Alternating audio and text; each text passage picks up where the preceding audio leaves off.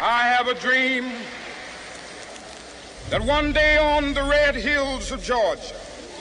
They called it the March on Washington for Jobs and Freedom. They came from all over America, Negroes and whites, housewives and Hollywood stars, senators and a few beatniks, clergymen and probably a few communists. More than 200,000 of them came to Washington this morning in a kind of climax to a historic spring and summer in the struggle for equal rights. This evening we tell the story of America's biggest civil rights demonstration, how it began, how it went, what it accomplished. The marchers gathered this morning on the broad lawns around the Washington Monument.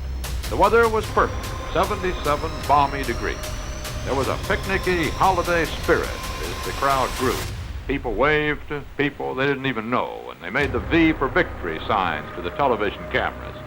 The crowd grew slowly, still under 100,000 at this point, but on the outlying streets, the buses were moving in bumper to bumper. I have the pleasure to present to you Dr. Martin Luther King, Jr.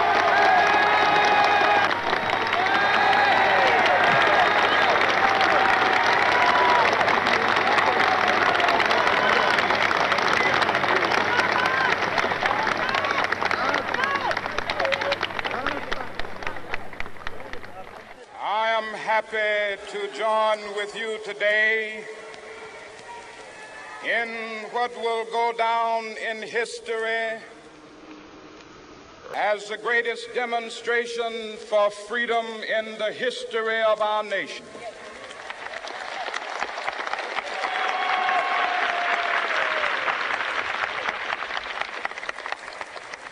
Five score years ago, a great American in whose symbolic shadow we stand today signed the Emancipation Proclamation. This momentous decree came as a great beacon light of hope to millions of Negro slaves who had been seared in the flames of withering injustice. It came as a joyous daybreak to end the long night of their captivity. But 100 years later, the Negro still is not free. 100 years later, the life of the Negro is still sadly crippled by the manacles of segregation and the chains of discrimination. 100 years later, the Negro lives on a lonely island of poverty in the midst of a vast ocean of material prosperity. This nation will rise up and live out the true meaning of its creed. We hold these truths to be self-evident, that all men are created equal.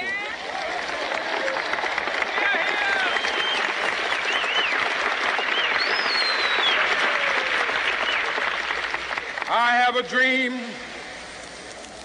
that one day on the red hills of Georgia, the sons of former slaves and the sons of former slave owners will be able to sit down together at the table of brotherhood. I have a dream that one day,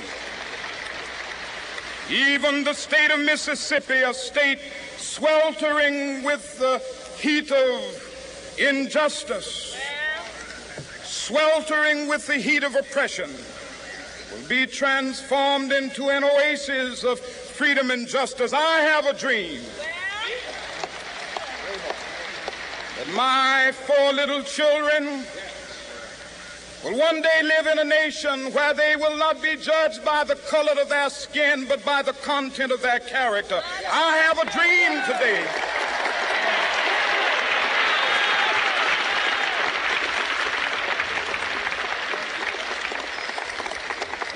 I have a dream that one day down in Alabama, with its vicious racists, with its governor having his lips dripping with the words of interposition and nullification.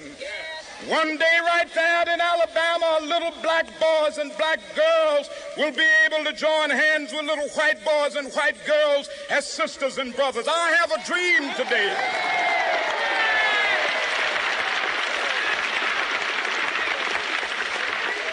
I have a dream that one day every valley shall be exalted.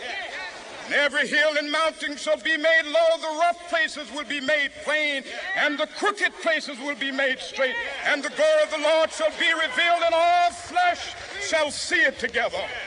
This is our hope. This is a faith that I go back to the South with. With this faith, we will be able to hew out of the mountain of despair a stone of hope. This faith, we will be able to transform the jangling discords of our nation into a beautiful symphony of brotherhood. With this faith, we will be able to work together, to pray together, to struggle together, to go to jail together, to stand up for freedom together, knowing that we will be free one day. This will be the day. This will be the day when all of God's children will be able to sing with new meaning, "My country, tears of thee. Sweet land of liberty, of thee I sing.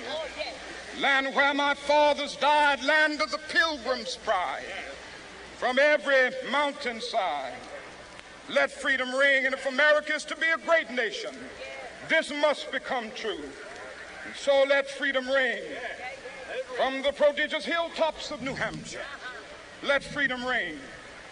From the mighty mountains of New York, let freedom ring. From the heightening Alleghanies of Pennsylvania, let freedom ring. From the snow-capped Rockies of Colorado, let freedom ring. From the curvaceous slopes of California. Not only that, let freedom ring from Stone Mountain of Georgia.